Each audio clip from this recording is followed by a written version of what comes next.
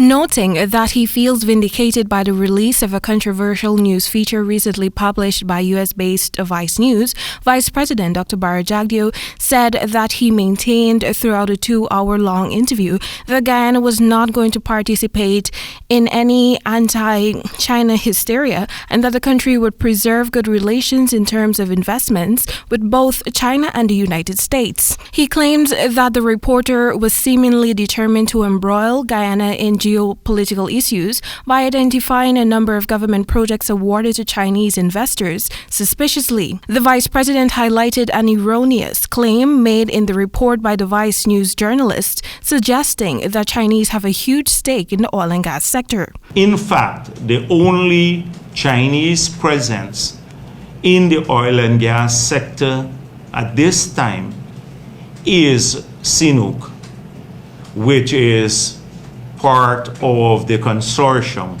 of companies where they have a 25% stake. So it was my surprise when the report said that Sue had a stake in the oil and gas sector. He told reporters during a press conference on Tuesday that the Vice News agent who posed as an investor had expressed to Su Zhirong, Jagdeo's friend, an interest in building a hotel and securing a casino license. The intent to establish the hotel, according to Jagdeo, came from an expression of interest advertised in the newspaper by the Ministry of Tourism, Commerce and Industry in October 2020. A total of 18 applications were received and a committee was established to initiate the building project. Su, Jagdeo explained, was one of the applicants considered for the project and a memorandum of understanding was signed. The MOU doesn't confer any special treatment to Su or anyone else. They all are standard. You can get a 10 years tax holiday. You get the concessions on machinery and equipment and everything for the hotel, tax-free concession. And if you have a hotel that is above 150 rooms and 4-star service, you can then get a casino license. Jagdeo is strongly contending that in his most unguarded moment, and considering that he was oblivious to the fact that he was being recorded, Vice News, through its agent who posed as an investor, accompanied by Su Zhirong, failed in their desperate attempt to get him to verbally and physically commit to accepting bribes for the license.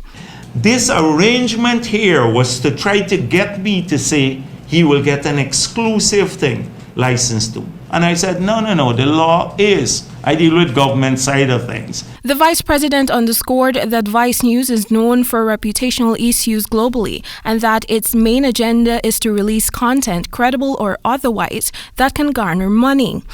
His urging is for persons who have had to pay a bribe for any services in government to report such matters. Anybody who has had to pay anybody for a service in government, then why not come forward now? Come and now state this clearly. Take it to the police. In fielding questions from reporters, Jagdeo was asked whether the recent interaction at his place of residence, organized by Su, was the first occurrence. He pointed out that based on his recollection, there have not been many similar meetings at his house. Timeka Rodney reporting for the HGP Nightly News.